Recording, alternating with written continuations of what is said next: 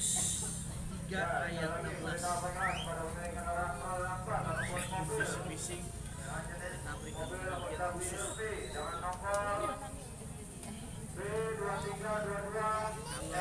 Kalau sudah dapat, kita baca sama-sama ya. Yohanes 3:16. Kita baca sama-sama kalau sudah dapat. 2, 3, ya. Karena begitu besar kasih Allah akan dunia, sehingga Dia supaya setiap orang yang percaya kepada-Nya tidak binasa, melainkan beroleh hidup yang kekal. Jadi ini baik di Natal maupun juga di ibadah Jumat Agung berbicara tentang kasih Allah. Kalau bicara kasih Allah itu bicara pengorbanan.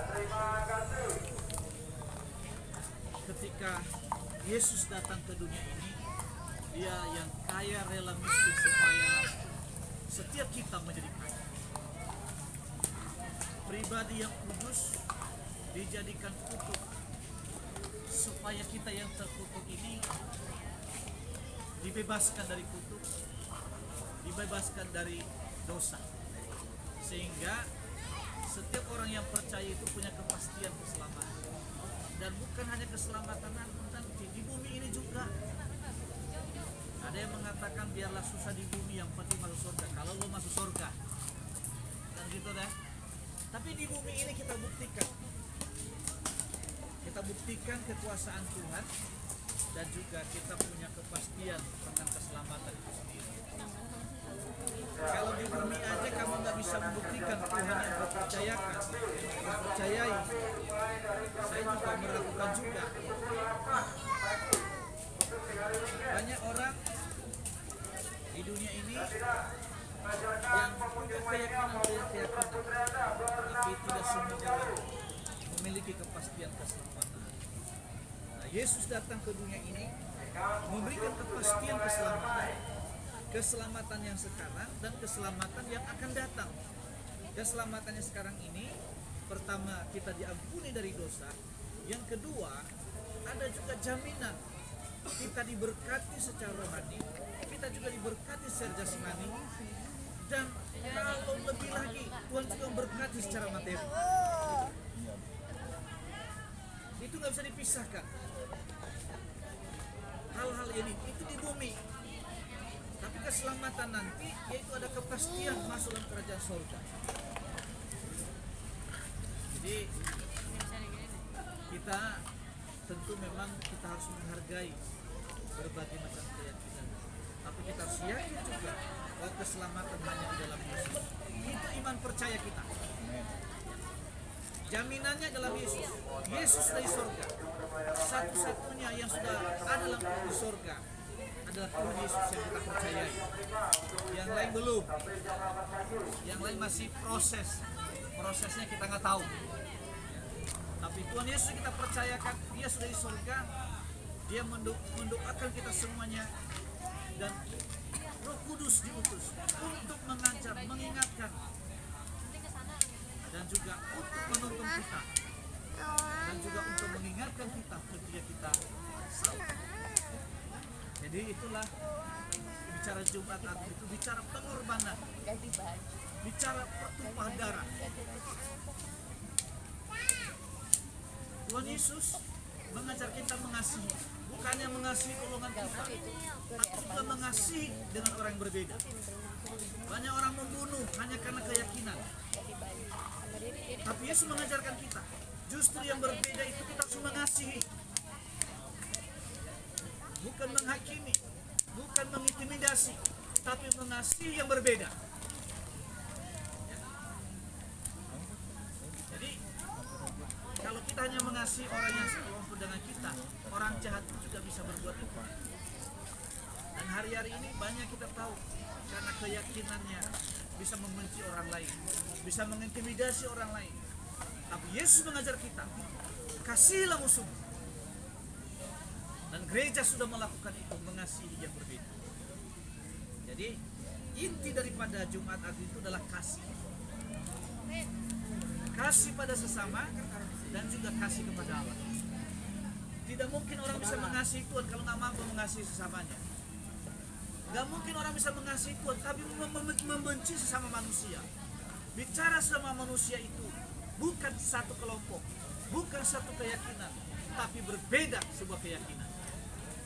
Itu kita buktikan kasih. Kalau kamu nggak bisa mengasihi orang yang berbeda dengan kamu, berarti kamu nggak mengenal agama. Kalau kamu masih membenci orang yang berbeda keyakinan dengan kamu, kamu belum beragama. Meskipun kamu punya kegiatan keagamaan, tapi sebenarnya kamu nggak punya agama. Karena orang yang punya agama, dia mengenal punya Tuhan. Orang yang punya Tuhan, dia mampu mengasihi yang berbeda. Jadi kita di sini kita belajar kelompok kita ini kita harus mengasihi yang sekelompok dengan kita dan yang berbeda juga dengan kita harus mengasihi. Ya. Jadi dimulai dari apa? Perubahan hidup dimulai dengan apa? Peduli dengan sesama, apapun agamanya. Jadi jangan karena agama kita membenci orang yang berbeda. Ya kan, yang seperti yang sudah kejadian-kejadian karena berbeda ada apa sih namanya pemisah. Tapi justru berbeda itulah kita harus menunjukkan Tuhan yang kita percayai. Orang akan percaya Tuhan yang kita percayai kalau kita membenci sesama. Tapi dengan tindakan kasih itulah kita buktikan bahwa Tuhan yang kita percaya itu Tuhan yang hidup, Tuhan yang benar. Tidak perlu membela iman Kristen. Membela iman Kristen perubahan hidup. Tidak perlu membela Alkitab, karena Alkitab bisa membela dirinya kalau dia mau. Tuhan yang kita percaya bisa dihujat di mana-mana, tapi tidak perlu kita bela, karena dia pembela kita yang sesungguhnya. Kalau kita bela berarti Tuhan kita percayai, Tuhan yang lemah. Ya? Tapi justru di sana kita belajar bersama-sama. Ketika Yesus dianiaya, dia nggak balas dengan aniaya. Ketika dihina, tidak dibalas dengan hinaan, tapi dia balas dengan ampuni mereka Bapa, karena mereka tidak tahu apa yang mereka perbuat.